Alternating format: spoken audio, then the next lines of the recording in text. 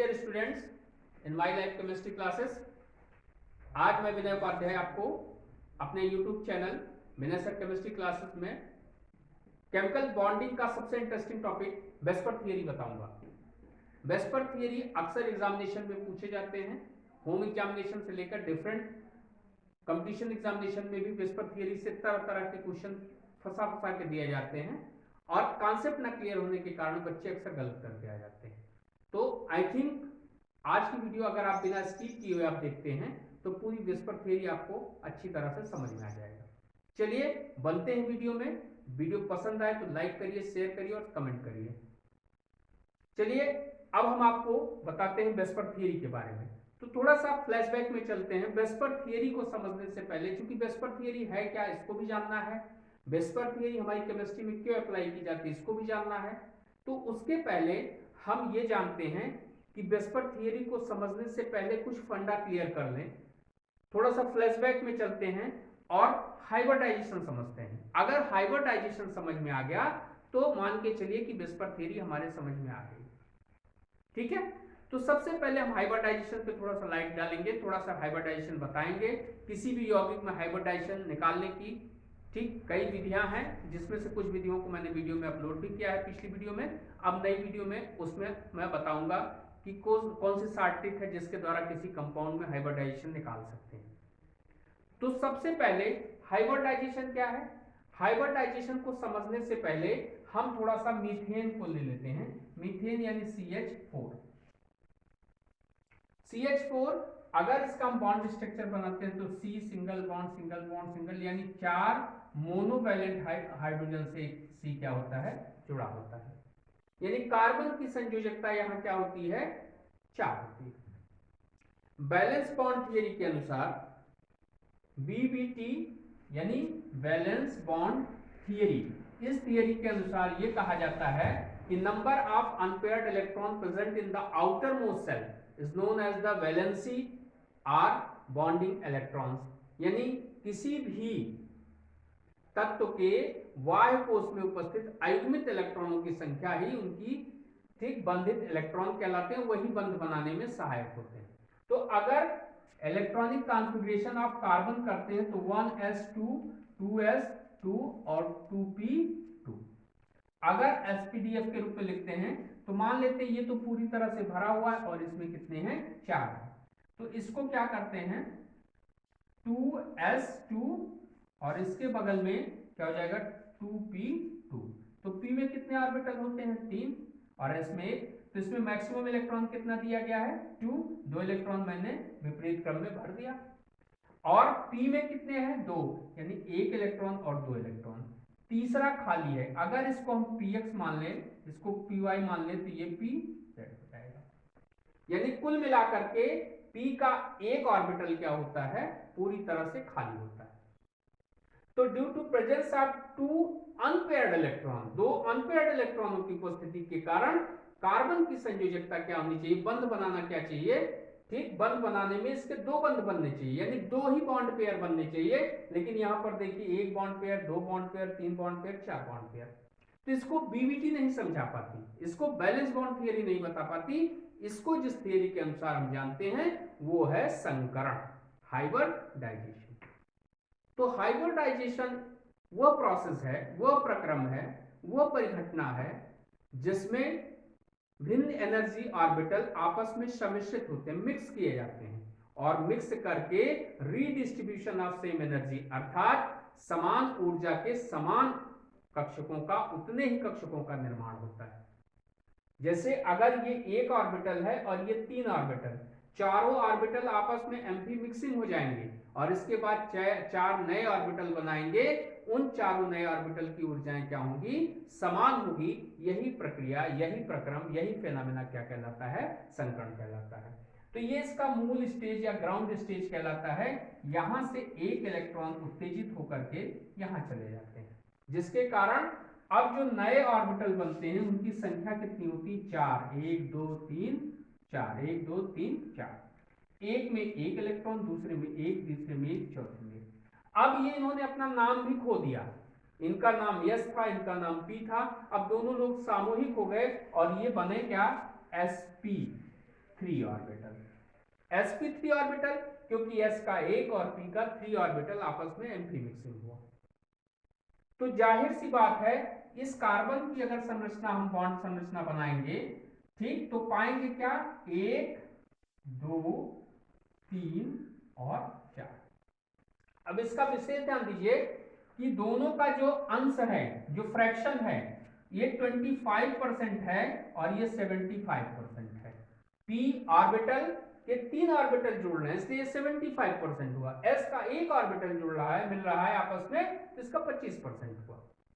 तो बायो में हमने लॉ ऑफ डोमिनेंसी पढ़ा है, प्रभावी या प्रबलता का नियम, कि यह डिफरेंट स्पीसीज या डिफरेंट जो है गुणों युक्त उसमें जब क्रॉस कराया जाता है तो पहली पीढ़ी में केवल एक लक्षण परिलक्षित होता है, दूसरा लक्षण छिपा रहता है। जो लक्षण परिलक्षित होता है, जो लक्षण दिखाई देता है, उसको कहते हैं प्रभावी लक्षण, और दूसरा जो छिपा रहता है वो रिसेसिव कैरेक्टर या अप्रभावी लक्षण कहलाता है। तो यहाँ पे प्रभावी क्या होगा, P, क्योंकि P के कितने अंश है, फ्रैक्शन है 75, और अप्रभावी कौन होगा, S, इसलिए उसके कितने हैं 25% है। तो इसलिए इसका क्या रूप हो जाएगा, वो पी लाइक हो जाएगा, डंबल शेप हो जाएगा।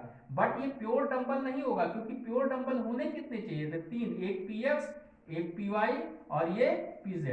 इस नए डंबल को हम बैलेंस बॉन्ड थियरी के अकॉर्डिंग नहीं बता सकते, इसको हम हाइब्रिडाइजेशन के आधार पर ही समझा सकते हैं। तो ये प्योर px, py और pz नहीं होता, बल्कि क्या होता है, sp3 hybrid, sp3 hybrid, sp3 hybrid और sp3 हाइब्रिड। देखिए 1 2 3 4, तो नंबर ऑफ अनपेयर्ड इलेक्ट्रॉनों की संख्या कितनी हुई, 1। हर में एक एक हो गए तो नंबर ऑफ अनपेयर्ड हो गए 4। तो 4 जब हुए तो इन्होंने 4 डिफरेंट मोनोवैलेंट हाइड्रोजन से क्या कर लिया, ओवरलैपिंग कर लिया, जिसके कारण मीथेन के अणु का निर्माण हुआ। और कार्बन जो सेंट्रल एटम के रूप में है, ये 4 संयोजकता को प्रदर्शित करने लगा। तो इस तरह से हम हाइब्रिडाइजेशन के द्वारा मीथेन के अणु की विवेचना कर सकते हैं कि किस तरह से मीथेन में कार्बन एटम 4 संयोजकता प्रकट करके 4 डिफरेंट मोनोवैलेंट हाइड्रोजन से योग करता है। तो हाइब्रिडाइजेशन क्यों पढ़ते हैं, क्योंकि हाइब्रिडाइजेशन किसी भी कंपाउंड में सेंट्रल एटम की हाइब्रिडाइजेशन स्टेज को प्रदर्शित करता है, जिसके आधार पर उसकी ज्योमेट्री का निर्धारण हो जाता है। अब इस संरचना को हम देखते हैं तो यह संरचना कैसा दिखाई देता है, टेट्राहेड्रल दिखाई देता है, यानी यह समचतुष्फलकी होता है, टेट्राहेड्रल होता है। तो अगर हम किसी भी यौगिक में पाए जाने वाले हाइब्रिडाइजेशन की गणना कर लें तो उसके द्वारा हम उसके ज्योमेट्री का निर्धारण कर सकते हैं, उसके ज्यामिति का निर्धारण कर सकते हैं। ठीक है, तो हाइब्रिडाइजेशन ज्ञात करने की मैंने डिफरेंट मेथड आपको बताए, क्लासेस में भी बताए हैं और ऑनलाइन वीडियोस में भी बताए हैं। लेकिन यहाँ पे थोड़ा सा हम आपको हाइब्रिडाइजेशन निकालने का एक शॉर्ट ट्रिक और बता देते हैं, जिससे आप किसी भी कंपाउंड में सेंट्रल एटम का हाइब्रिडाइजेशन स्टेज निकाल सकते हैं। उसके लिए मैं आपको एक टेबल दे रहा हूं और एक फार्मूला दे रहा हूं और एक चार्ट बना दे रहा हूं, उससे आप कंपेयर करके हाइब्रिडाइजेशन की भी किसी भी कंपाउंड में निकाल सकते हैं। चलिए देखिए, फिर मैं आता हूं इस पर थियरी पर। तो यहां पर देखिए, सबसे पहले एक फार्मूला होता है Z क्या होता है इसको भी जान लीजिए, Z इज इक्वल टू होता है bond pair plus lone pair, यानी किसी भी सेंट्रल एटम, किसी भी केंद्रीय परमाणु द्वारा बनाए गए बंधों अथवा लोन पेयर की संख्या है का योग है, सम है, यानी bond pair plus lone pair. अगर हम उसमें Z निकाल लेते हैं तो Z के द्वारा जो चार्ट बना रहे हैं उससे हम हाइब्रिडाइजेशन का निर्धारण कर सकते हैं। तो Z is equal to 2, Z is equal to 3, Z is equal to 4, Z is equal to 5, Z is equal to 6 और Z is equal to 7। That's all. ऐसे ऐसे आप चलते जाएंगे। तो Z इज इक्वल टू 2 जब बिल्डिंग आएगा तो हाइब्रिडाइजेशन होगा sp, 3 आएगा तो sp2, 4 आएगा तो sp3, 5 आएगा तो sp3d1, 6 आएगा तो sp3d2 और 7 आ जाएगा sp3d3। यानी Z बराबर हम निकालेंगे, अभी कैसे निकालेंगे उसका एक फॉर्मूला देंगे। अगर Z की यील्डिंग जो है 2 आती है तो sp हाइब्रिडाइजेशन, 3 आती है तो sp2, 4 आती है sp3, 5 आती है sp3d1, 6 आता है sp3d2 और 7 आता है sp3। तो ये फॉर्मूला आपके दिमाग में, ये चार्ट आपके दिमाग में एकदम फुलफिल होना चाहिए। अगर ये फुलफिल है, पूरी तरह से एकदम भर गया है, जकड़ लो उसको, एकदम लॉक कर लो, ठीक है, तब हम Z निकालना बताते हैं। Z इज इक्वल टू क्या होता है, 1/2, फिर केंद्रीय परमाणु के बाह्य कोश में उपस्थित इलेक्ट्रॉन की संख्या, ठीक है। जिस केंद्रीय परमाणु में हमको क्या निकालना रहता है, हाइब्रिडाइजेशन निकालना रहता है, उस हाइब्रिडाइजेशन में क्या करते हैं, केंद्रीय परमाणु के बाह्य कोश में उपस्थित इलेक्ट्रॉन की संख्या लिख लेते हैं। इसके बाद प्लस नेगेटिव चार्ज, अगर उस कंपाउंड पर कोई नेगेटिव चार्ज किया गया है, नेगेटिव चार्ज है तो उसको जोड़ देंगे, ऐड कर देंगे। इसके बाद माइनस पॉजिटिव चार्ज, और अगर कोई प्लस चार्ज है तो उसको क्या कर देंगे, घटा देंगे। और प्लस मोनोवैलेंट ठीक एटम की संख्या। इसके बाद जो मोनोवैलेंट एटम होगा उसकी संख्या जोड़ कर देंगे तो हमको प्राप्त हो जाएगा Z।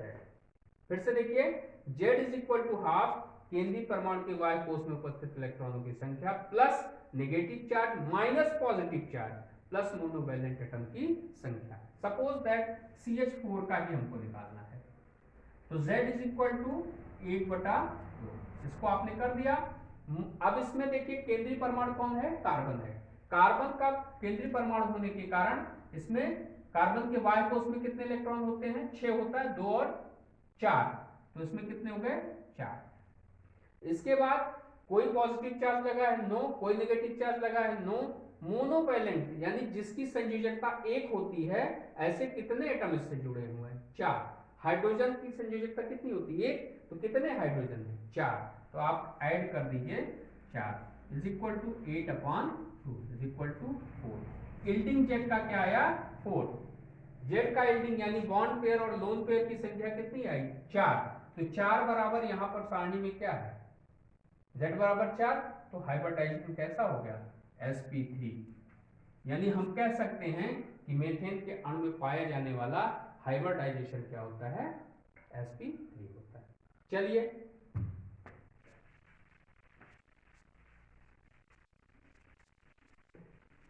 अब फिर आते हैं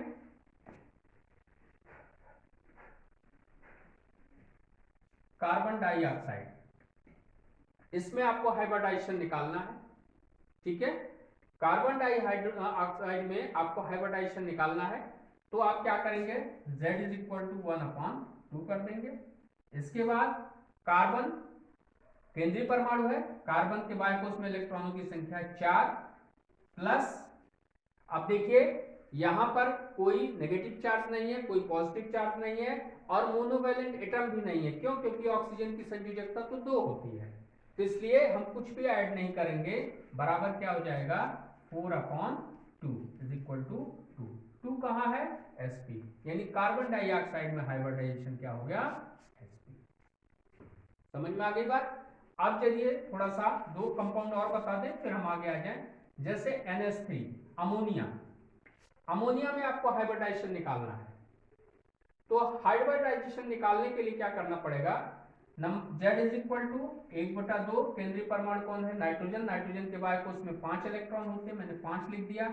इसके बाद मोनोवैलेंट, कोई नेगेटिव चार्ज नहीं, कोई पॉजिटिव चार्ज नहीं, मोनोवैलेंट की संख्या 3, हमने 3 कर दिया, is equal to 8/2 is equal to 4। Methane में कितनी संख्या वो हुई, एज पर हाइब्रिडाइजेशन sp। इसी तरह से एक कंपाउंड हम आपको दे दें PCl5,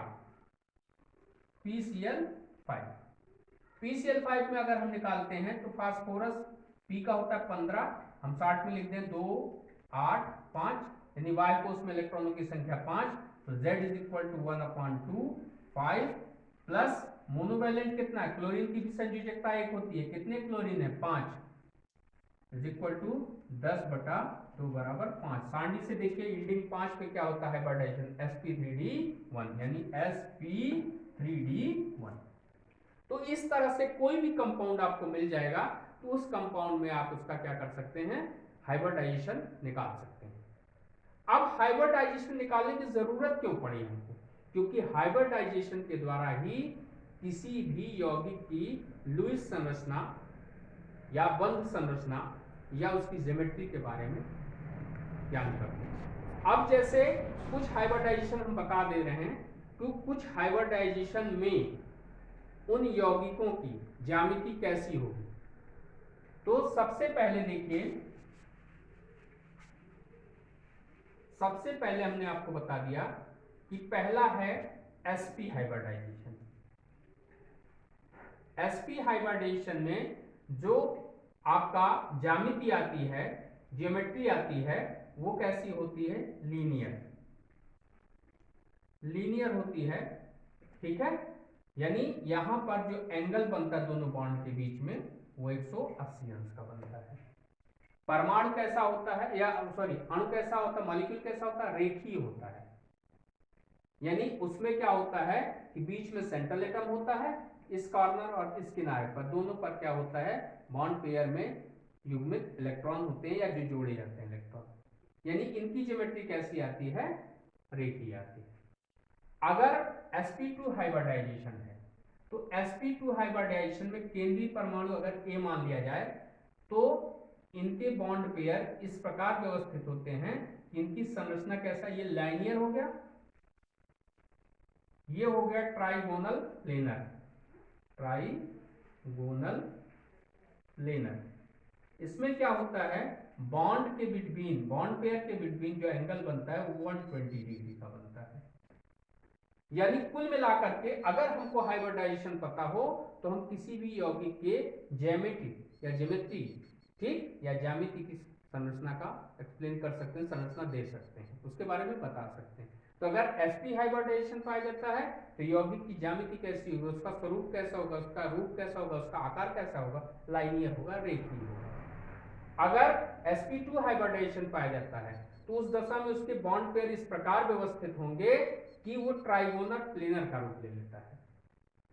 इसी तरह अगर sp3 हाइब्रिडाइजेशन होता है तो sp3 हाइब्रिडाइजेशन में केंद्रीय परमाणु की चारों संयोजकताएं या चारों बॉन्ड पेयर इस प्रकार व्यवस्थित होते हैं कि इनके बंधों के बीच बनने वाला एंगल 109 डिग्री 28 मिनट का होता है और ये संरचना होती है टेट्राहेड्रल। टेट्राहेड्रल होती है, समचतुष्फल की होती है। तो क्लियर हो गया, sp हाइब्रिडाइजेशन है तो रेखीय, sp2 हाइब्रिडाइजेशन है तो ट्राइगोनल प्लेनर, sp3 हाइब्रिडाइजेशन है तो टेट्राहेड्रल।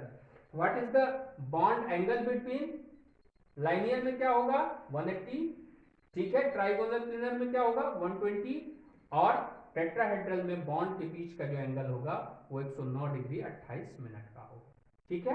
अब बात आती है यहां पर z बराबर 5, मतलब 3 के लिए sp3 के लिए हो गया। अब मान के चलिए कि अगर sp3d1 है तो sp3d1 में क्या होता है,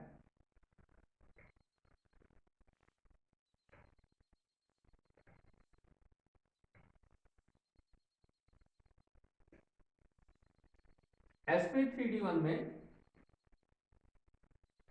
होता क्या है,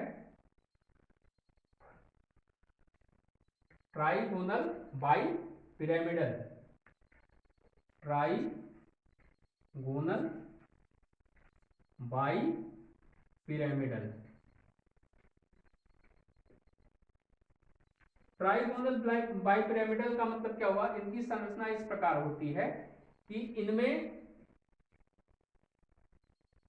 3 संयोजकताएं जो होती हैं वो एक प्लेन में होती हैं और उनके बीच जो एंगल बनता है वो 120 अंश का होता है, यानी ये 120 अंश।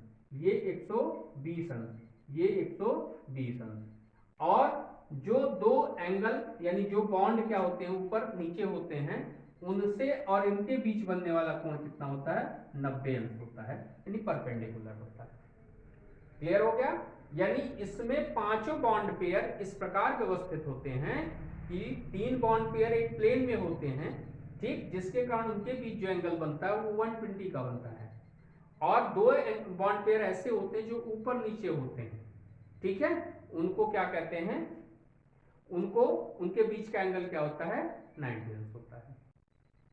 तो यहां पर देखिए ये बॉन्ड जो होते हैं ये इक्विटोरियल होते हैं, इक्विटोरियल होते हैं। अभी इसके बारे में हम आपको बाद में बताएंगे। और जो खड़े होते हैं इनको एक्साइल, एक्साइल बॉन्ड कहते हैं। समझ में आई बात? तो इक्वेटोरियल जो 3 एक प्लेन में होते हैं वो इक्वेटोरियल होते हैं, और जो ऊपर नीचे होते हैं वो एक्सियल होते हैं। तो इस तरह से इनकी पांचों बॉन्ड पेयर या पांचों बैलेंसेस इस प्रकार व्यवस्थित होती हैं कि 3 एक प्लेन में होती हैं जो एक दूसरे के बीच में 120 अंश का कोण बनाती हैं, और 2 ऊपर नीचे होती हैं जो इनके साथ 90 अंश का कोण बनाती हैं और एक्साइल कहलाती हैं, और शेष तीनों क्या कहलाते हैं, इक्वेटोरियल कहलाते हैं। समझ में आई बात? तो इस तरह से आपको z इज इक्वल टू 5 या sp3d1 में क्या होता है, एक रूप प्राप्त हो जाता है जिसको कहते हैं ट्राइगोनल बाई पिरामिडल। इतनी चीजें क्लियर हो गई। अब थोड़ा सा जानिए कि अगर z इज इक्वल टू 6 यानी हाइब्रिडाइजेशन sp3d2 है, तब sp3d2 में हाइब्रिडाइजेशन में क्या होगा कि sp3d2 में ऑक्टाहेड्रल बनेगा। ऑक्टाहेड्रल का मतलब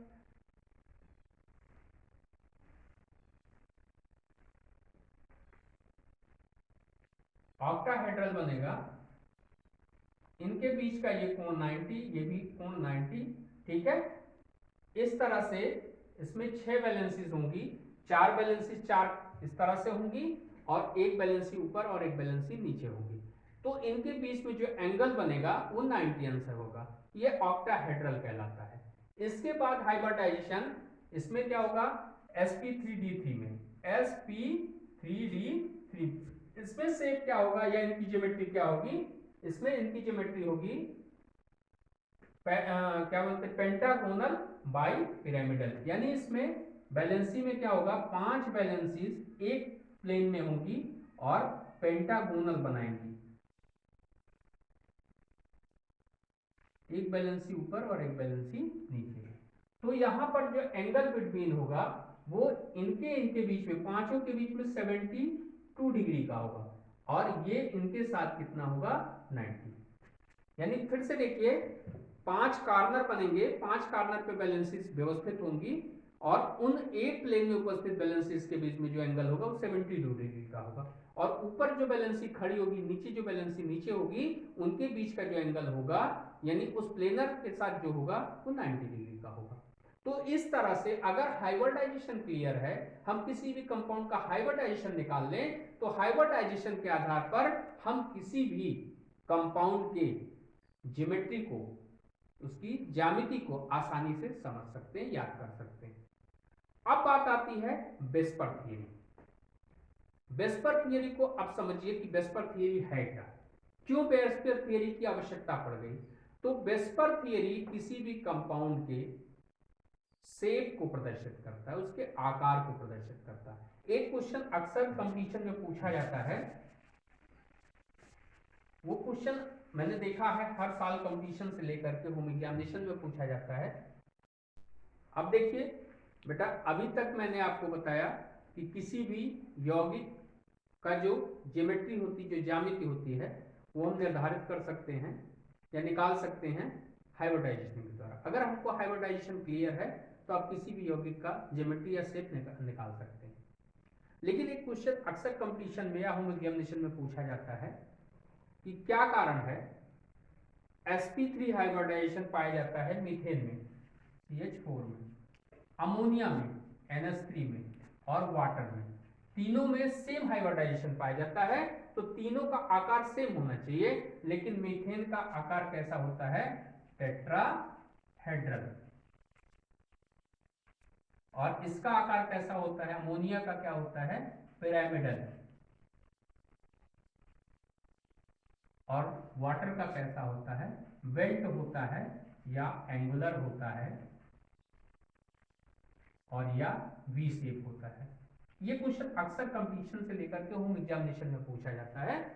तो क्या कारण है कि जो कि सब में sp3 हाइब्रिडाइजेशन पाया जाता है, और हम एक कॉन्सेप्ट जानते हैं कि sp3 हाइब्रिडाइजेशन जिसमें पाया जाता है उसकी संरचना या उसकी ज्योमेट्री, उसका आकार कैसा होता है, टेट्राहेड्रल होता है।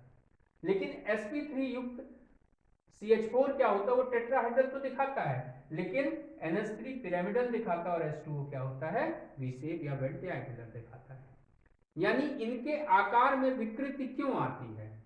Due to presence of same hybridization stage, hybridization की समान परिस्थिति होने पर या समान हाइब्रिडाइजेशन होने पर इनकी ज्योमेट्री और इनका शेप क्या होता है, सेम होना चाहिए। लेकिन ऐसा नहीं है। मीथेन के अलावा अमोनिया और H2O, अगर ये दो कंपाउंड हम इन कंपेयर लेते हैं तो दोनों के शेप में विकृति आती है।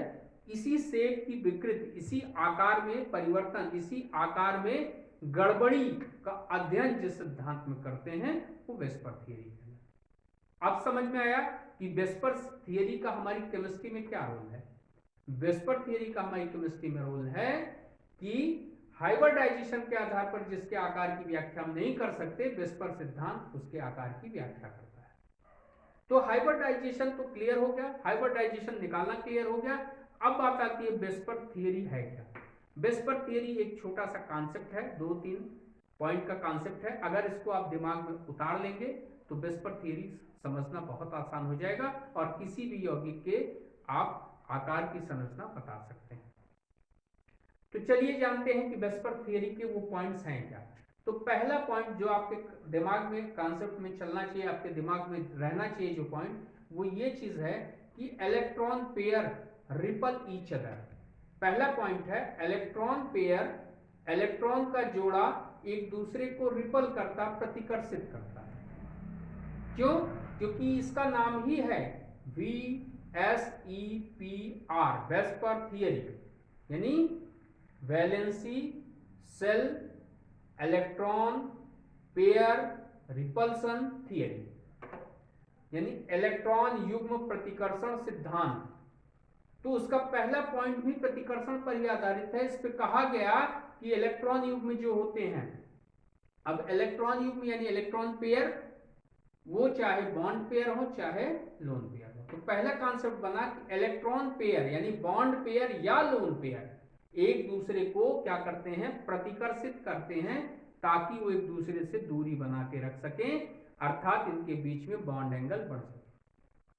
अर्थात ये अपने बॉन्ड एंगल बढ़ाने के लिए, अपने बीच की दूरी बढ़ाने के लिए इलेक्ट्रॉन पेयर क्या करते हैं, एक दूसरे को प्रतिकर्षित करते हैं। तो पहला पॉइंट क्लियर हो गया कि इलेक्ट्रॉन पेयर, ब्रैकेट में आपके होना चाहिए बॉन्ड पेयर या लोन पेयर, एक दूसरे को प्रतिकर्षित करते हैं, जिसके कारण उनके बीच में मैक्सिमम डिस्टेंस उत्पन्न हो जाती है, अधिकतम दूरी उत्पन्न हो जाती है। दूसरा पॉइंट क्या है वेस्पर थियरी का? दूसरा पॉइंट ये है कि इलेक्ट्रॉन पेयर के रिपल्सन का एक ऑर्डर होता है, एक क्रम होता है, एक निश्चित क्रम होता है। इलेक्ट्रॉन पेयर मैंने आपको बता दिया कि इलेक्ट्रॉन पेयर कितने होते हैं, 2 होते हैं, ठीक। एक इलेक्ट्रॉन पेयर क्या होता है, उसको कहते हैं लोन पेयर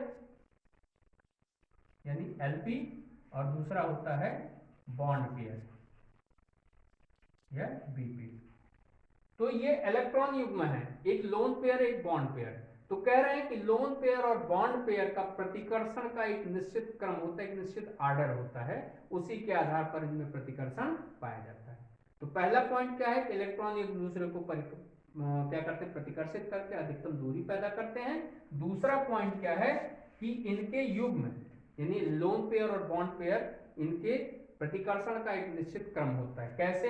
लोन पेयर और लोन पेयर अगर उपस्थित हैं तो उनका प्रतिकर्षण अधिक होता है किससे, लोन पेयर और बॉन्ड पेयर से, और उनका प्रतिकर्षण अधिक होता है किससे, बॉन्ड पेयर और बॉन्ड पेयर से। सपोज दैट जैसे ए कोई सेंट्रल एटम है, यहां पर क्या है, 3 बॉन्ड पेयर हैं और 1 लोन पेयर है, ठीक है। तो ये कह रहे हैं कि इनका क्रम क्या होगा, ये लोन पेयर और बॉन्ड पेयर के बीच में क्या लग रहा है, प्रतिकर्षण हो रहा है। ये बॉन्ड पेयर और बॉन्ड पेयर के बीच में प्रतिकर्षण हो रहा है, ये बॉन्ड पेयर और बॉन्ड पेयर के प्रतिकर्षण हो रहा है, ये बॉन्ड पेयर और लोन पेयर के बीच में प्रतिकर्षण हो रहा है। यानी प्रतिकर्षण का जो क्रम है वो क्या है, लोन पेयर और बॉन्ड पेयर में अधिक है, जबकि बॉन्ड पेयर और बॉन्ड पेयर में कम है।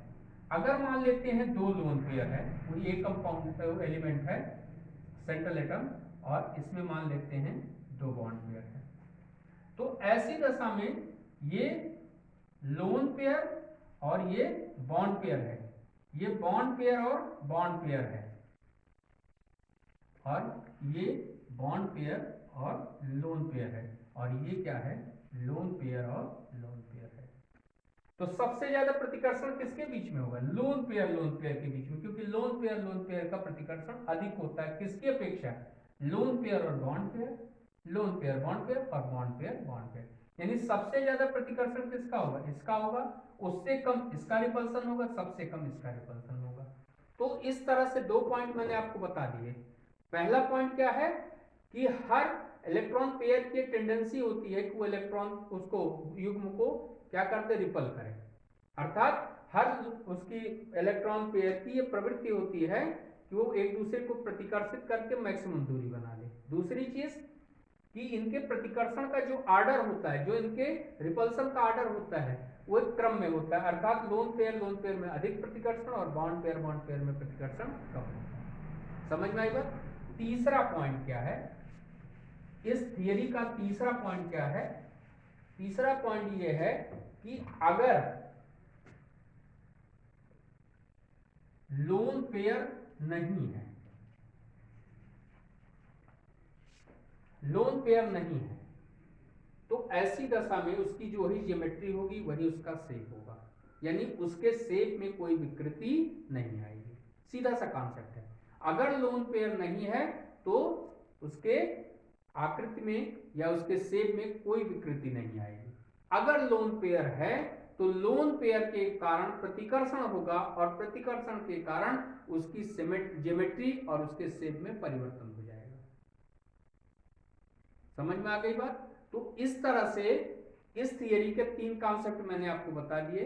पहला कॉन्सेप्ट कौन सा है कि इलेक्ट्रॉन पेयर एक दूसरे को रिपल करते हैं ताकि उनके बीच में मैक्सिमम डिस्टेंस उत्पन्न हो, अर्थात मैक्सिमम बॉन्ड एंगल बन जाए। दूसरा मैंने बताया कि इनके रिपल्सन का जो आर्डर होता है एक क्रम में होता है, बॉन्ड पेयर में सबसे कम रिपल्सन और लोन पेयर में सबसे अधिक रिपल्सन होता है। तीसरा मैंने बताया कि अगर लोन पेयर नहीं है तो उसकी आकृति में, इसके ज्योमेट्री में कोई विकृति नहीं आएगी, जिसके कारण जो उसका ज्योमेट्री होगी वही उसका शेप होगा। ठीक है। अब अगर मान लेते हैं कि लोन पेयर उपस्थित हो गया, तब क्या होता है, उसके आकार में परिवर्तन आ जाता है, उसके आकार में विकृति उत्पन्न हो जाती है। इसी विकृति को कौन समझाता है, वेस्पर थियरी समझाता है। तो देखिए, अब मैं आपको कुछ उदाहरण के द्वारा समझा दूं कि कैसे। जैसे मैंने बताया कि Z इज इक्वल टू क्या होता है, BP plus LP, bond pair plus lone pair. Bond pair और लोन पेयर का सम जो होता है वो Z कहलाता है, और Z को हम कंपेयर कहां से करते हैं, उसके हाइब्रिडाइजेशन से। तो हम कहते क्या है कि Z इज इक्वल टू 2 होता है, तो कौन सा हाइब्रिडाइजेशन होता है, sp होता है। Z इज इक्वल टू 3 होता है तो sp2 होता है। Z इज इक्वल टू 4 होता है तो sp3 हाइब्रिडाइजेशन होता है। Z इज इक्वल टू 5 होता है तो sp3d1 होता है। Z इज इक्वल टू 6 होता है तो sp3d2 होता है। Z इज इक्वल टू 7 होता है तो sp3d3 होता है। इस तरह से हाइब्रिडाइजेशन बढ़ता चला जाता है। यानी Z इज इक्वल टू क्या है, BP plus LP, number of bond pair और नंबर ऑफ लोन पेयर। इतना समझ में आ गए। अब इनका आकृति होती है, हम जानते हैं इनका लाइनियर होती है, यानी इसमें सेंट्रल एटम बीच में रहता है, दोनों बॉन्ड पेयर इस तरह से व्यवस्थित होते हैं, उनके बीच का एंगल क्या होता है, 180 होता है। इसको हम पहले भी बता चुके हैं। अगर sp2 हाइब्रिडाइजेशन है तो इनका कैसा होता है, ट्राइगोनल प्लेनर होता है। ठीक, अर्थात इसमें क्या होता है, सेंट्रल एटम बीच में होता है और क्या हो जाता है, तीनों संयोजकताओं के बीच में 120 अंश का कोण बन जाता है। ठीक है, इसी तरह 4 जब होता है तो टेट्राहेड्रल होता है, 5 होता है तो ट्राइगोनल बाइपिरामिडल होता है, 6 होता है तो ऑक्टाहेड्रल हो जाता है और 7 होता है तो पेंटागोनल बाइपिरामिडल होता है। यानी फिर से देख लीजिए, मैंने बताया कि अगर sp2 हाइब्रिडाइजेशन होगा, z बराबर 2 आएगा तो उस समय इसका क्या हो जाएगा, लाइनियर हो जाएगा। अगर z बराबर 3 आता है तो sp2 हाइब्रिडाइजेशन होगा और इसकी ज्योमेट्री कैसी आएगी, ट्राइगोनल प्लेनर हो जाएगी और इनके बीच का एंगल क्या हो जाएगा, 120। अगर z बराबर 4 आता है, sp3 हाइब्रिडाइजेशन होगा तो ये हो जाएगा टेट्राहेड्रल। टेट्राहेड्रल यानी इसमें सेंट्रल एटम बीच में होगा, चारों संयोजकताएं इस प्रकार व्यवस्थित होंगी कि उनके बीच में 109 डिग्री 28 मिनट का कोण बन जाएगा। अगर d बराबर 5 z बराबर 5 आता है तो sp3d1 होगा और ये क्या बनाएगा, ये बनाएगा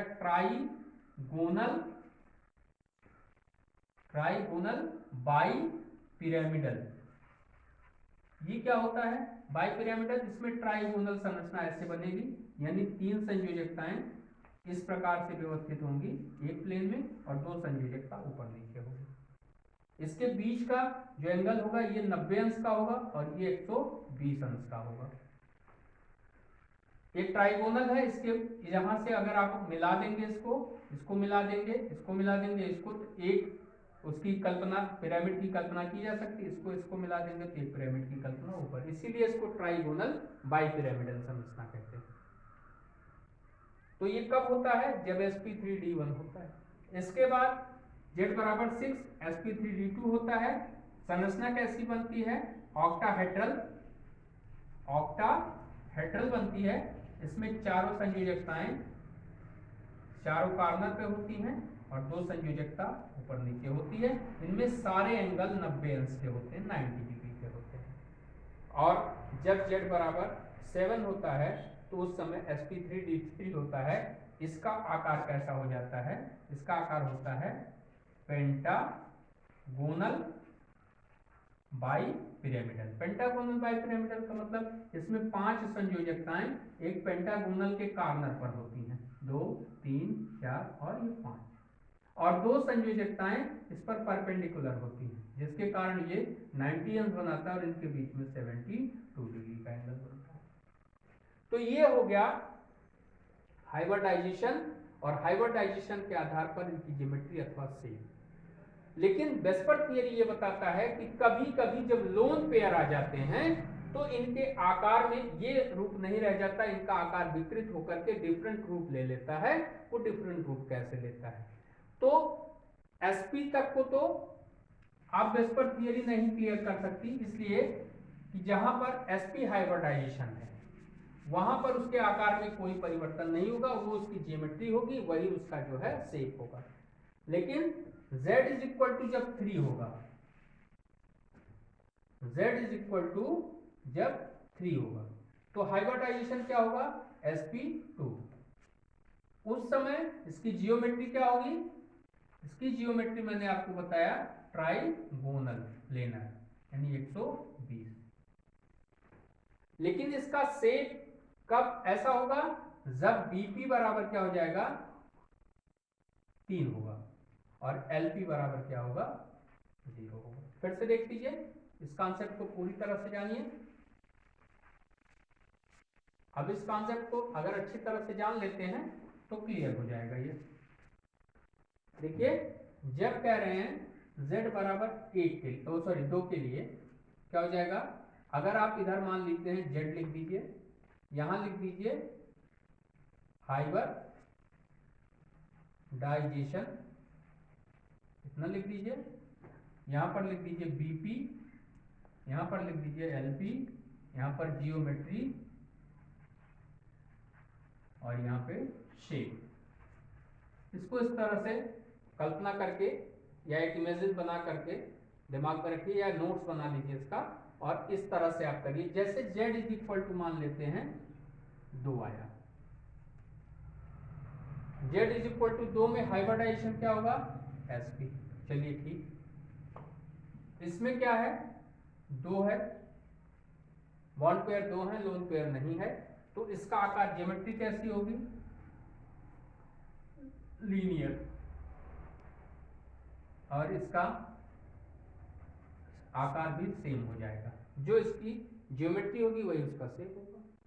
अब मान लेते हैं z इज इक्वल टू 3 आ गया, उस समय हाइब्रिडाइजेशन क्या होगा sp3, लेकिन अब इसकी कंडीशन बदलेगी। क्या कंडीशन बदलेगी, 3 bp हो सकता है बॉन्ड पेयर, और लोन पेयर 0 होगा।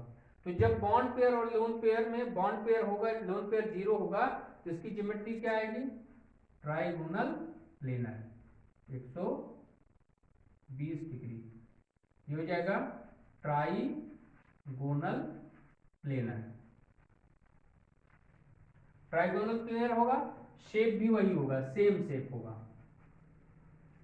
कंडीशन समझिए, अगर z बराबर 3 है तो sp3 हाइब्रिडाइजेशन होगा, 3 बॉन्ड पेयर है तो ट्राइगोनल प्लेनर होगा, उसका शेप भी वही रहेगा। लेकिन अगर 2 बॉन्ड पेयर हो जाए, एक लोन पेयर हो जाए, तो ज्योमेट्री तो इसकी यही रहेगी, लेकिन शेप में परिवर्तन क्या हो जाएगा कि यहां पर जो लोन पेयर उपस्थित होगा वो लोन पेयर बॉन्ड पेयर को दबा देगा, जिसके कारण ये एंगल क्या हो जाएगा छोटा हो जाएगा। ये एंगल जो अब तक 120 अंश का था वो 120 से क्या हो जाएगा कम हो जाएगा, लेस हो जाएगा, और ये सब क्या हो जाएगा मैक्स हो जाएगा, जिसके कारण इसका आकार कैसा हो जाएगा पिरामिडल हो जाएगा। क्या हो जाएगा पिरामिडल। तो यहां पर देखिए वेस्पर सिद्धांत के अनुसार क्या उपस्थित है, बॉन्ड पेयर उपस्थित है, लोन पेयर क्या कर रहा है, इसके आकार को विकृत कर दे रहा है, जिसके कारण इसका आकार क्या हो जा रहा है छोटा हो जा रहा है। जब आकार इसका विकृत हो जाएगा तो जो इसका ट्राइगोनल प्लेनर आकार होना चाहिए था वो आकार हो जाता है पिरामिडल, क्योंकि इसका एंगल जो होता है जो 120 अंश था उससे घट जाता है। अब इसके बाद देखिए 3 के लिए बस 2 कंडीशन होती है, 1 के लिए बस 1 कंडीशन होती है। अब बात आती है अगर 4 है, यानी z इज इक्वल टू 4 है, z इज इक्वल टू 4 में हाइब्रिडाइजेशन क्या होगा sp3। पहली कंडीशन 4 के चारों बॉन्ड पेयर हो, लोन पेयर हो ही ना, तो उस दशा में इसका आकार कैसा होगा, यानी 109 डिग्री 28 मिनट का, और ये बनाएगा टेट्राहेड्रल, और शेप भी क्या हो जाएगा सेम रहेगा, क्योंकि कोई लोन पेयर नहीं है। लेकिन दूसरी कंडीशन में अगर यहां 3 बॉन्ड पेयर हो जाए, एक लोन पेयर हो जाए, तब ज्योमेट्री तो इसकी टेट्राहेड्रल ही होगी, लेकिन शेप क्या हो जाएगा वो एक उसकी उपस्थिति के कारण, एक लोन पेयर की उपस्थिति के कारण क्या हो जाएगा पिरामिड।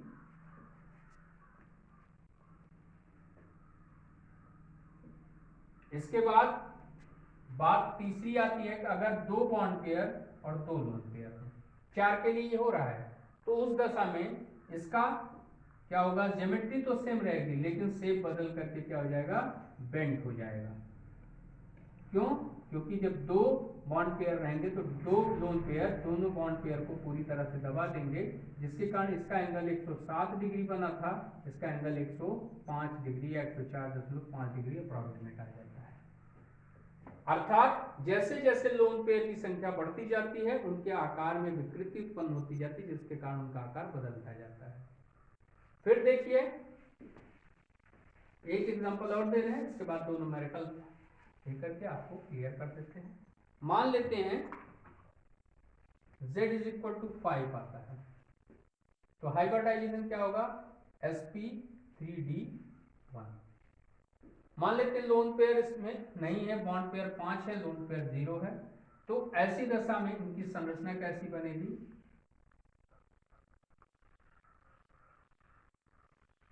ये है ट्राइगोनल बाई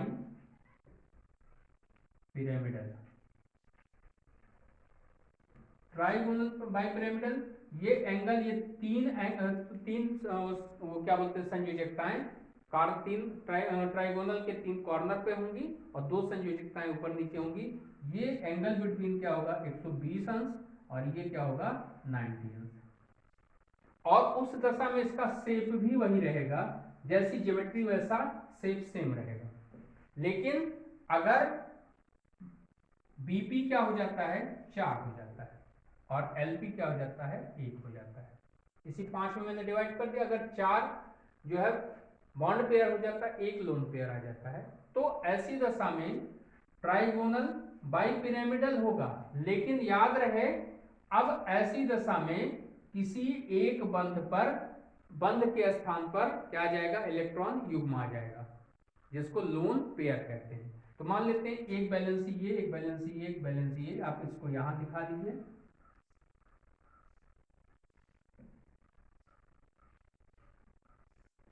इस बैलेंसी की जगह पर मान लेते हैं यहां लोन पेयर आ गया।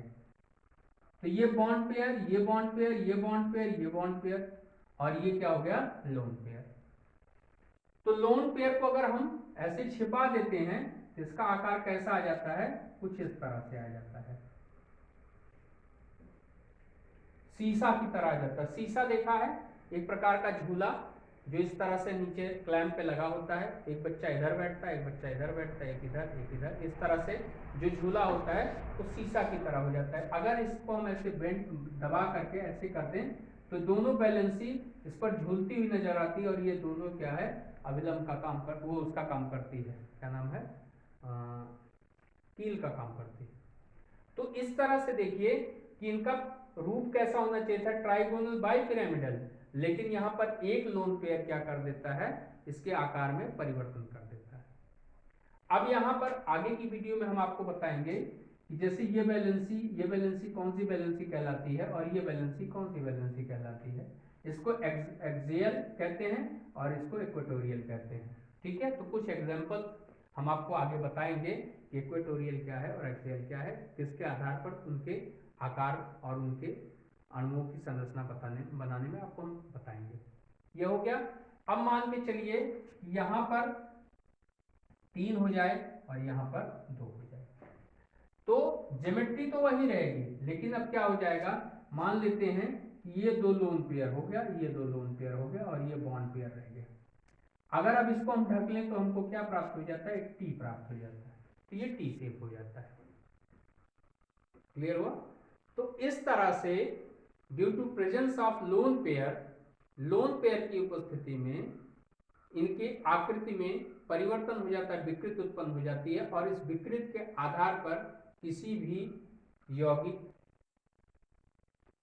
का शेप हम वेस्पर सिद्धांत थियरी के आधार पर बता सकते हैं। अब एक क्वेश्चन हम आपको थोड़ा सा बताएं कि इससे रिलेटेड कुछ क्वेश्चन पूछे कैसे जाते हैं। देख लीजिए, जैसे दे दिया गया कि सल्फर ट्राइऑक्साइड SO3 में LP, BP, ज्योमेट्री और शेप और हाइब्रिडाइजेशन का निर्धारण करिए। ठीक है, वेस्पर सिद्धांत के अनुसार पर SO3 में LP, BP, ज्योमेट्री, शेप और हाइब्रिडाइजेशन का निर्धारण करिए। तो सबसे पहले क्या है, आप Z निकालिए। Z इज इक्वल टू क्या होता है 1/2, मैंने आपको बताया ही था। सेंट्रल एटम के बाह्य कोश में परमाणुओं की संख्या, इलेक्ट्रॉनों की संख्या, सॉरी इलेक्ट्रॉन कितने इसमें 6 होते हैं, क्योंकि S बराबर कितना होता है 16 होता है, 2 8 6, तो 6 हो गया। प्लस इसके बाद नंबर ऑफ पॉजिटिव आयन नहीं है, नंबर ऑफ नेगेटिव आयन नहीं है, plus number of monovalent atom, तो मोनोवैलेंट नहीं है क्योंकि ऑक्सीजन की संयोजकता 2 होती है। हमको एक संयोजकता वाला यौगिक तत्व लेना था, लेकिन यहाँ पे ऑक्सीजन इसलिए हम कुछ नहीं करेंगे। तो हो कितना जाएगा 6/2, तो इसका मतलब क्या आ गया 3, और 3 बराबर होता है sp2, यानी जब sp2 हाइब्रिडाइजेशन होगा तभी Z बराबर 3 आता है। और हम जानते हैं Z is equal to BP plus LP, तो Z का मान 3 बीपी कितना है। अब बीपी कैसे निकालेंगे, सेंट्रल एटम को घेरे हुए परमाणुओं की संख्या उसकी बीपी कहलाती है। तो कितने परमाणु घेरे हैं, 3, तो कितना हो जाएगा 3 प्लस एलपी। एलपी बराबर क्या हो जाएगा, 3 माइनस 3 बराबर 0, यानी इसमें किसी भी प्रकार का कोई लोन पेयर नहीं है। बॉन्ड पेयर कितना है, 3। तो अब ऐसी दशा में आपको एलपी मालूम हो गया 0, बीपी मालूम हो गया 3। ज्योमेट्री कैसी हुई, sp2 की ज्योमेट्री क्या होती है, वो ट्राइगोनल प्लेनर होती है। इसका मतलब क्या होता है, इसमें केंद्रीय परमाणु बीच में होता है, केंद्रीय परमाणु बीच में होगा, और इससे 3 अलग अलग ऑक्सीजन इस प्रकार से जुड़ेंगे कि इनके बॉन्ड के बीच का एंगल क्या होता है, 120 डिग्री बनता है। और अब आपको समझ में आ गया कि अगर SO3 दे दिया गया है, LP क्या निकला 0, BP क्या निकला, BP निकला 3, ज्योमेट्री कैसी निकली ट्राइगोनल प्लेनर, और शेप कैसा निकला ट्राइगोनल प्लेनर, क्योंकि इसमें जब कोई लोन पेयर नहीं होगा तो जो उसकी ज्योमेट्री होगी वही उसका शेप होगा। और हाइब्रिडाइजेशन क्या निकला sp2। इन दिस वे मैंने पूरा वेस्पर सिद्धांत आपको कंप्लीटली बता दिया। वेस्पर सिद्धांत से अगर संबंधित कोई न्यूमेरिकल या कोई भी इस तरह का क्वेश्चन या डाउट बने तो आप कमेंट बॉक्स में जा करके उसमें बता दीजिएगा।